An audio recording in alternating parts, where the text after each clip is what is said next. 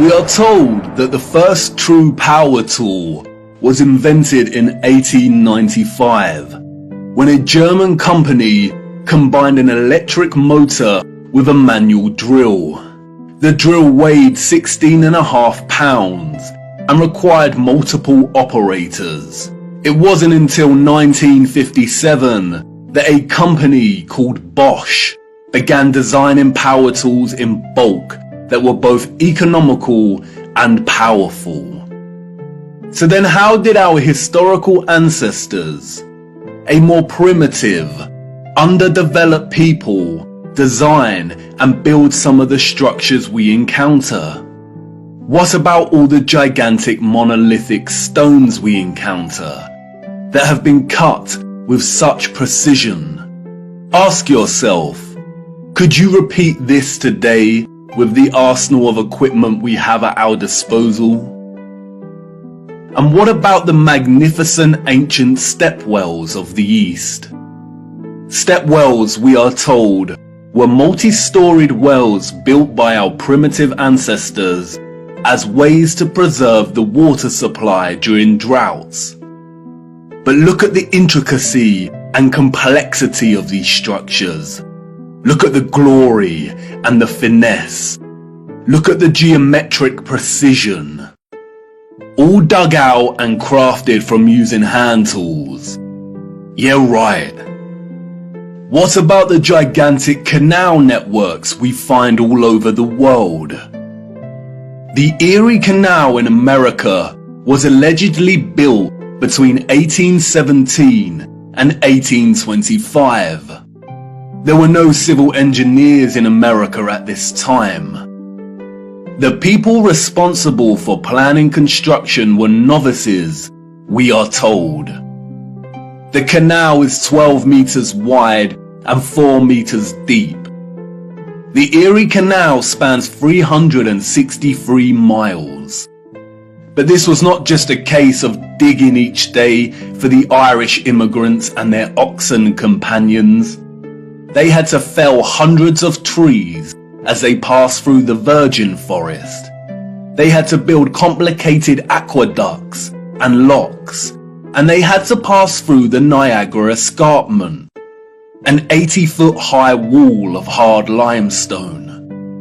They had to use black powder to blast through this, we are told, as dynamite had yet to be invented. The canal spans 363 miles and was constructed over an 8-year period. This means that on average, 1 mile was completed every 8 days. What a record, especially since those responsible were novices, and power tools and dynamite were yet to be invented. I can tell you now, the so-called early settlers of the Americas did not build these canal systems. And what of the grand and magnificent castles scattered across our realm? Did you know that most were designed and constructed without plumbing systems and methods to heat rooms properly?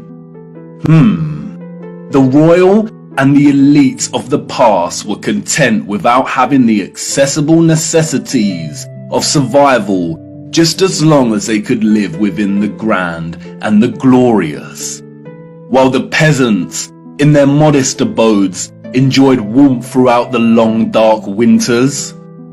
I don't think so. And of course, there is the impossibility of the Great Giza Pyramid Complex. The pyramids, we are told, were constructed somewhere around 2500 BC. The Great Pyramid itself consists of 2.3 million blocks of limestone and granite, and its overall structure weighs 6 million tons. The largest granite stones weigh between 20 and 80 tons each. 20 tons is 20,000 kilograms. These blocks were carved from quarries with copper chisels and allegedly transported from 800 kilometers away. The so-called experts can only theorize that a vast amount of slave labor was required.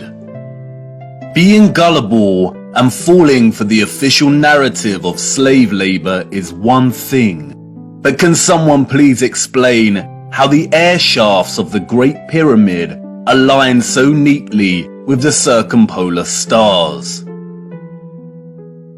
And then there is the curious case of star forts, or what the official liars of the world call bastion forts.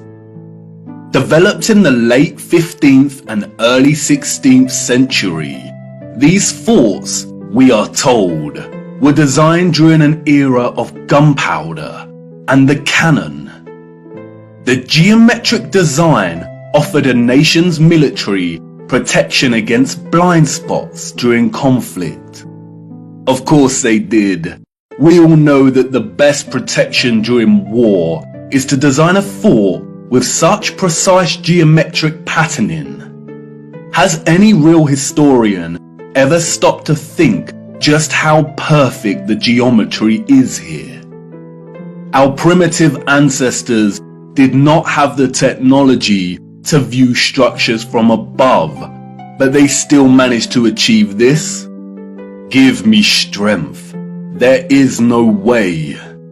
We could not produce such perfect geometry on this scale today. We've been fooled once again. We have been indoctrinated with a false historical narrative and timeline.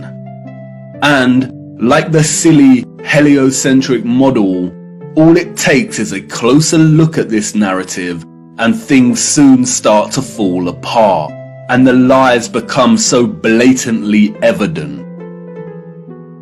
Because of their satanic lies, piecing together an accurate, honest historical timeline has become an impossible Rubik's Cube. The official narrative, a Pandora's box, only offering us tiny clues, half-truths, and deceptions. The stitchings of our true historical timeline have been loosened. The contents erased and muddled before we were even born into this world. And herein lies the problem. How to know where you are going if you don't know where you are in the first place? But you see, awakening is truly a gift. Once awake, we learn that we've always had the answers right in front of us. We've always had more than we know. But we had to regain our sight first before things started falling into place. Before things started to make a little more sense. And here we are again, viewer, at the precipice of another great journey. What if I told you that before us there existed a civilization that was responsible for the most advanced technology ever developed, and that it was their understanding of the workings of our flat realm that was key to their innovation? And what if I told you that it is highly likely that our true history as a people only begun just over 200 years ago? Would you think of me as mad once again? Do I sound as preposterous as when I first told you that the earth is flat? Perhaps. And that's why I need to show you. What I hope to show you is one of the greatest cover-ups of all time. It is on par with the heliocentric lie in its enormity and the impact it has upon humanity. And, as I will try to show you, it is inextricable from the true nature of our flat realm Earth, and you cannot understand one without understanding the other.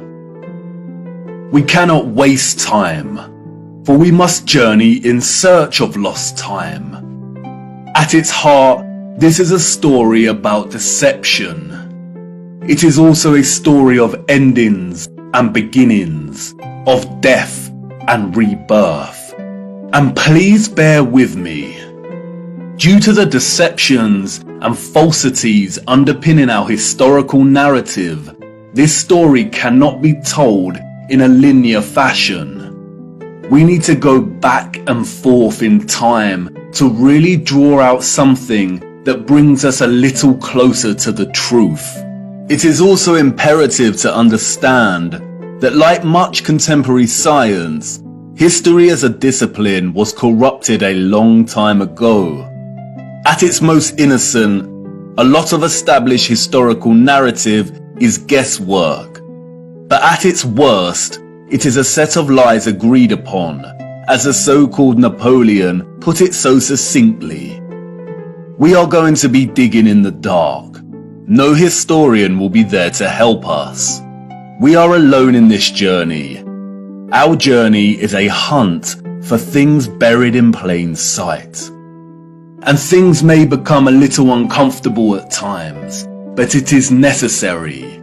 We have been living a comfortable lie for far too long now.